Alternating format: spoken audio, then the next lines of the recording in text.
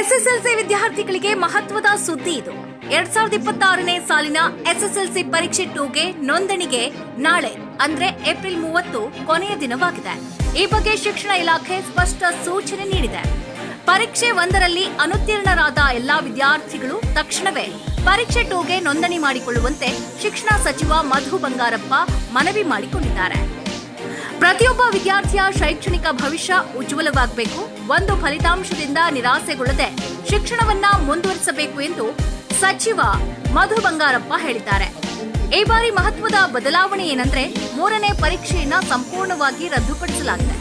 ಕಳೆದ ವಾರವಷ್ಟೇ ಪ್ರಕಟವಾದ ಫಲಿತಾಂಶದಲ್ಲಿ 94.1% ಪಾಸ್ ಪರ್ಸೆಂಟೇಜ್ ದಾಖಲಾಗಿದೆ. ಪರೀಕ್ಷೆ 2 ವಿದ್ಯಾರ್ಥಿಗಳಿಗೆ ಮತ್ತೊಂದು ಅವಕಾಶವಾಗಿದ್ದು, ಈ ಅವಕಾಶವನ್ನ ಸದುಪಯೋಗ ಪಡಿಸಿಕೊಳ್ಳುವಂತೆ ಇಲಾಖೆ ಮನವಿ ಮಾಡಿಕೊಂಡಿದೆ. ಈ ಸತಿನೂ ಕೂಡ ನಮ್ಮ ಕರ್ತವ್ಯವನ್ನು ನಿಭಾಯಿಸೋದಕ್ಕೆ ಮಕ್ಕಳು ಕೂಡ ಒಳ್ಳೆ ರಿಸಲ್ಟ್ ಅನ್ನು ಕೂಡ ಕೊಟ್ಟಿರೋದ್ರಿಂದ ಈ ಸತಿ 3rd ಎಕ್ಸಾಮ್ ಇರೋದಿಲ್ಲ. 2nd ಎಕ್ಸಾಮ್ ಡೇಟು ಕೂಡ ನಾನು ಹೇಳಲಿಕ್ಕೆ ಇಷ್ಟಪಡ್ತೇನೆ. ಮಾಧ್ಯಮದವ್ರು ದಯವಿಟ್ಟು ಇದನ್ನು ಹಾಕಿ ಮಕ್ಕಳು ಇದು ಉಪಯೋಗ ಮಾಡಿಕೊಳ್ಳಿ.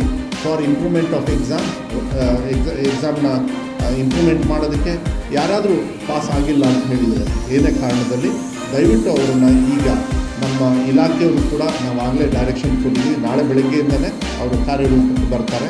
ಅವರ ಕೆಲಸನ ಮತ್ತೆ ಕಂಟಿನ್ಯೂ ಮಾಡಬೇಕು. ಈ 1 ವರ್ಷದ ಕೆಲಸವನ್ನು ಇದರೊಳಗೆ ನಾವು ಮಾಡಬೇಕು ಅಂತ ಡೈರೆಕ್ಷನ್ಸ್ ಕೊಟ್ಟಿದ್ದೀವಿ.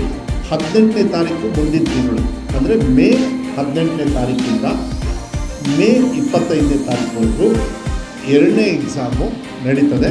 3ನೇ ಎಕ್ಸಾಮ್ ಇರೋದಿಲ್ಲ. ಮೇ 18ರಿಂದ ಮೇ 25ನೇ ತಾರೀಕುವರೆಗೂ ಆ ಸ್ಕೆಡ್ಯೂಲ್ನ ನಾವು ಹಾಕ್ತೀವಿ. ಯಾವತ್ತು ಯಾವ ಸಬ್ಜೆಕ್ಟು ಏನು ಅಂತ ಇಲಾಖೆಯವರು ಅದೆಲ್ಲ ರೆಡಿ ಆಗಬೇಕಾಗ್ತದೆ.